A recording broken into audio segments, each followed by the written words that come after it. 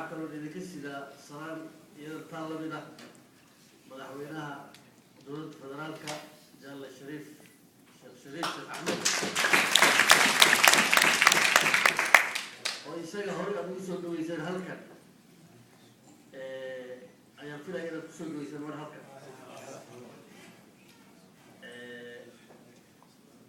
أنت وضحوا ولا ليال ودنكي مرحلة ضرب مريا waxaan sii wanaaga laakiin ragga laga horeeyay anaga baarki xogaa kor bay noo qaadeen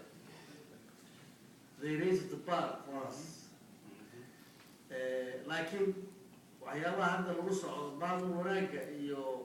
dowladnimadii jirta iyaga ayaa u sabab ah inkastoo ay mudiyar joogeen haddana waxyaabaha ka tallaabsadeen waxa weeye waxaa lagu faari karaa xaqiiqdii taa waxaa qiraya ra-iisul wasaaraha taa waxaa qiraya madaxweynaha iyo dadka soomaaliyeed ayaa qiraya idinka ayaa garsoorayaashii ah haddaad u qirteen inay sameeyeen ummadda soomaaliyeed meel kasta ay joogaan xaqiiqdii way qiraan xaqanu isla qariyo waa cadyib xataa qolo berigii la dhihi jiray qoladii maxkamadaha 6 bilood waddanka waxay soo mariyeen nabadgelyo ammaan wanaagsan iyo maamul wanaag waa loo diraya weli inkastoo barkii daba isu bedeleen al-shabaab iyo duul aan la aqoon haddana laakiin waa loo qirayaa halkii kaalintii wanaagsaneed ay 6 bilood ay qabteen idinkaa garsoorayaasha ah annagana waxaan rajaynaynaa dowladda cusub haddaan nahay inaan kaalinteeda intay karaankayaga ah aanu ka qaadano si soomaalinimo ah inaanu raacno yani dowladdii naga horreysay tugti ay jeexeen weliba inaan kasii dheerayno ayaan rajaynaynaa walaalayaal anagoo awalba la liidanay dagaal iyo al-shabaab ayaa waddanka haddana waxaa kusoo biiray abaaro arrimo maqaadida iyo gaajo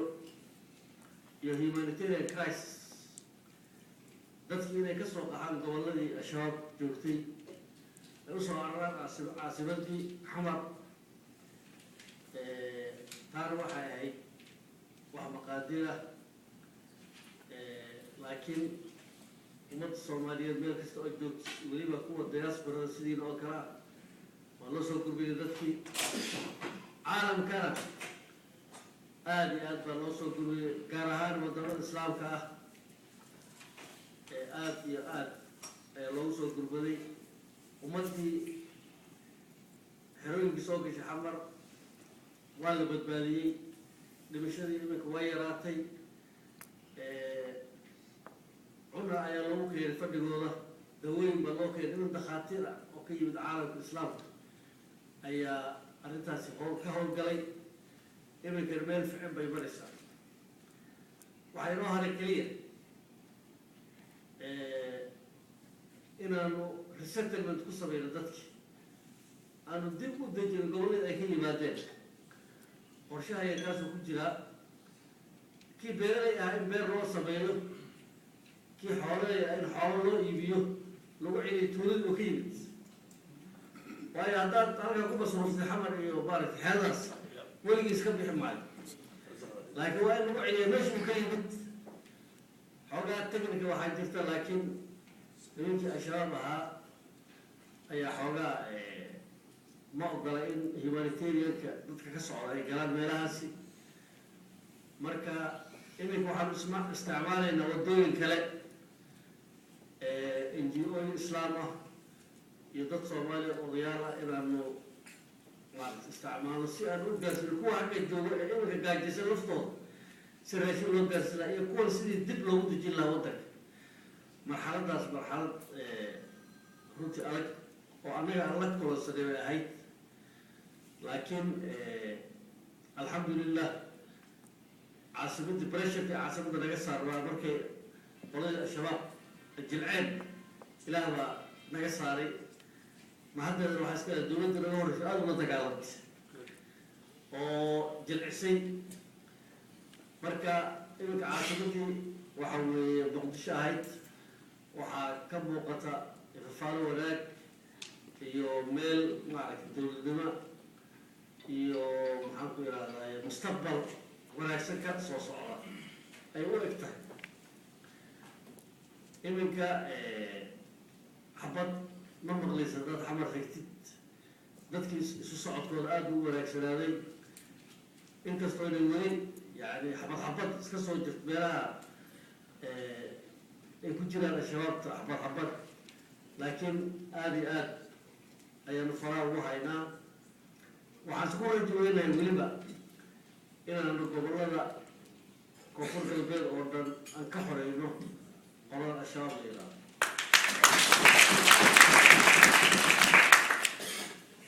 عالمك شركة دولة الكذب قال لي قراءة أمانك علي عبد الولي برايم مينستر كا وربحين نوع عصوكا أيام جيلين شركة نيروبي كان داعي مال دولة كي أرض الصواب كان داعي الدقاء صواب لو نقول جدي وأنا عدين موقف كنا كو أدل